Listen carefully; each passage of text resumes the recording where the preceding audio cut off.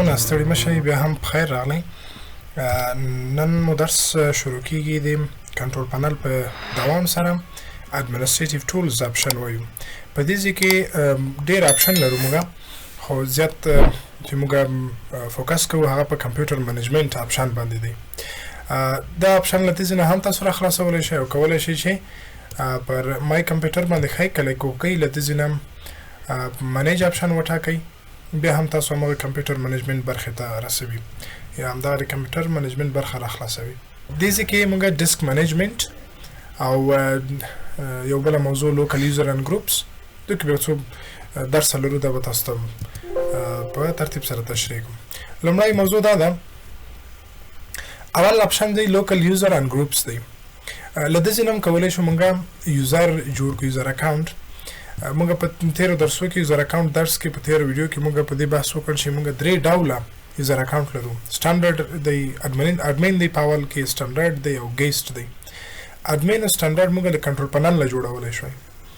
اما یو دریم اکاونټ چې ګیسټ په یوزر اکاونټ کې نه و، هغه کولی شو موږ د کمپیوټر منیجمنت له لارې نه ګیسټ فعاله کړو. په دې به ښایي کلیک وکړئ، تاسو به ورشئ پراپرټیز ته، دلته اکاونټ از ډسیبل غیر فعاله دی، له دې ځای نه به اکاونټ فعاله کړئ. همیشه ګیسټ اکاونټ په کمپیوټر کې غیر فعاله وي، نو د دې په خاطر چې دا فعاله کړئ تاسو به دا اپشن غیر فعاله کوئ، اکاونټ از ډسیبل. دې ته به اپلای اوکې وایي او وروسته له دې دغه ګیسټ اکاونټ فعاله کېږي. او بله موضوع ده چې موږ په کمپیوټر کې فقط یوازې یو ګیسټ اکاونټ لرو، یعنې موږ نشو کولی څو دانې ګیسټ اکاونټونه جوړ کړو، فقط یو اکاونټ لرو، هغه کولی شو آن او آف کړو. بله موضوع دا ده چې پخواني کوم یوزر چې موږ لرو په کمپیوټر کې د هغو لیست هم د ځای کې را څرګندېږي او کولی شئ تاسو هغه یا ډیلیټ کړئ کلا د ځای نه کولی شئ، او یا هم کوم پاسورډ مو نه وي ورکړی د ځای نه پاسورډ ورکړئ. او که غواړئ چې نوی یوزر د یوزر یا دغه کمپیوټر منیجمنت نه جوړ کړئ، نو تاسو به خالي صفحه کې ښایي کلیک کوئ، نیو یوزر ته به ورځئ. یوزر نیم مثال زه غواړم چې یو اکاونټ جوړ کړم د احمد په نامه، دلته به فول نیم او ډسکرپشن ورته ولیکئ. که غواړئ چې د احمد اکاونټ پاسورډ ولري، نو دلته به تاسو ورته کود ورکئ، پاسورډ ورکئ، وروسته له دې ورته وایي کریټ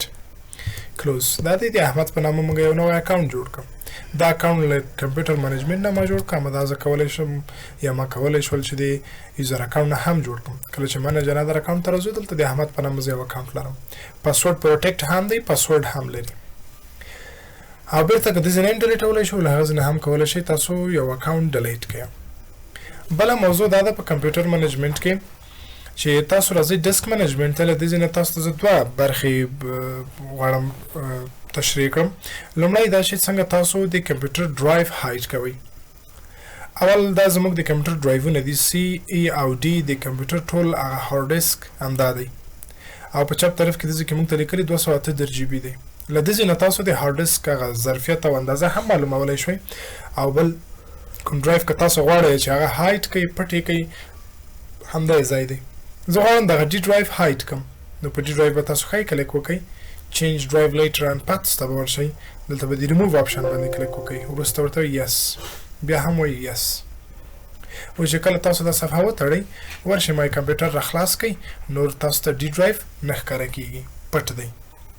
بیرته را پیدا کولو لاره بیا هم تاسو راځئ منیج ته یا کمپیوټر منیجمنت ته، ډیسک منیجمنت، بیا هم تاسو په ډي ډرایو باندې ښایي کلیک کوئ، اما پخواني اپشن ته ورځئ چینج ډرایو اند پارټس، دا ځل ورته اډ وایي اوکې، او وروسته زموږ ډرایو بیرته را څرګندېږي. کله چې مای کمپیوټر را خلاص کړئ، نو ډي ډرایو بیرته را ښکاره شو.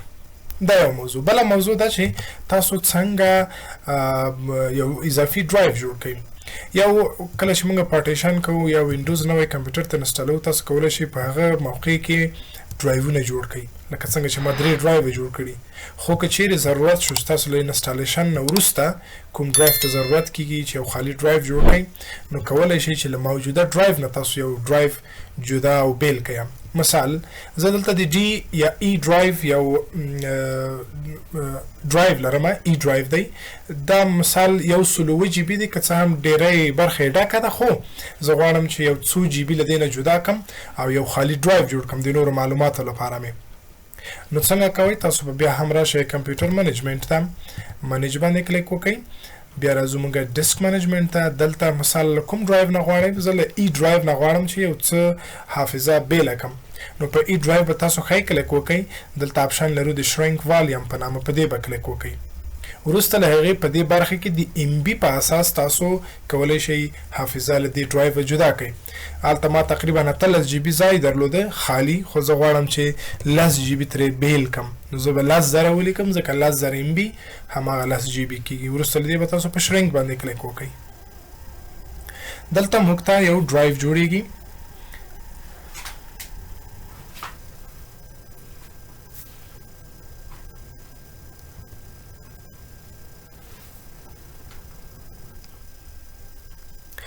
موږ ته ډرایو جوړ شو 9.1 جی بي فری سپیس دی که تاسو لاړ شئ که مای کمپیوټر را خلاص کړئ په مای کمپیوټر کې موږ تر اوسه ډرایو نه لرو یعنی هلته تر اوسه نه دی څرګند شوی د دې په خاطر چې د دې موقعیت تعیین شي تاسو په همدغه خالي ډرایو به ښی کلیک نیو سمپل والیوم دې ته به نیکسټ ووایئ او دا صفحه به وتړئ وروسته له دا ډرایو کمپیوټر ته وپېژندل شو کله چې مای کمپیوټر را خلاصوئ موږ یو ډرایو لرو د اف په نامه او 9 جی بي دی دا خالي ډرایو دی کولی شئ تاسو دې نه ګټه پورته کړئ معلومات پکې ذخیره کړئ او دا یو جدا ډرایو شو چې موږ اوس په کمپیوټر کې 4 ډرایو لرو خو که چیرې له دې ډرایو نه استفاده نه کیږي او نور تاسو ته په درد نه خوري غواړئ چې بیرته خپل پخواني ډرایو ته یې ور وګرځوئ نو تاسو څنګه کوئ چې دغه خالي ډرایو بیرته پخواني ډرایو سره یو ځای کړئ لومړی شرط دا دی چې تاسو په دې ډرایو کې باید معلومات ونه لرئ که چیرې معلومات وي هغه له منځه ځي اوس زه غواړم چې د اف ډرایو بیرته له ای ډرایو سره یو ځای کړم نو تاسو بیرته همدې ځای ته راشئ په همدغه نوي ډرایو باندې به ښی کلیک وکئ دې ته به ډیلیټ والیوم ووایئ ته یس وروسته له دې دا بیا هم د کمپیوټر له حافظې نه یا له کمپیوټر نه بیل شو غواړم له ای ډرایو سره یو ځای کړم خو که څوک وغواړي چې دغه بیله شوې حافظه له ای سی ډرایو یا ډي ډرایو سره یو ځای کړي یا له هغه ډرایو سره یو ځای کړي چې له هغه نه ده جدا شوې نو دا کار نشي کولی دلته موږ اکسټند پوسټ دا کار کوو خو په نورو ډرایو کې دا غیر فعال دی فقط دا حافظه به بیرته هغه حافظې ته ورګرځوئ له کوم ځای نه چې تاسو بیله کړې وه نو زه به په ای ډرایو ښی کلیک وکړم اکسټند والیوم وروسته له دې به تاسو دې ته نیکسټ وایئ او فینش بیرته څومره حافظه چې موږ جدا کړې وه هغه کمپیوټر ته ور وګرځېده اوس چې تاسو را خلاص کړئ ای ډرایو بیرته 18 جی بي شو دا و د نن ورځې درس د نورو ویډیوګانو لپاره زموږ چینل هم در سره سبسکرایب کړئ او کوم نظر پوښتنه او انتقاد او وړاندیز چې لرئ کولی شئ موږ ته په کومنټو کې پرېږدئ ښه وخت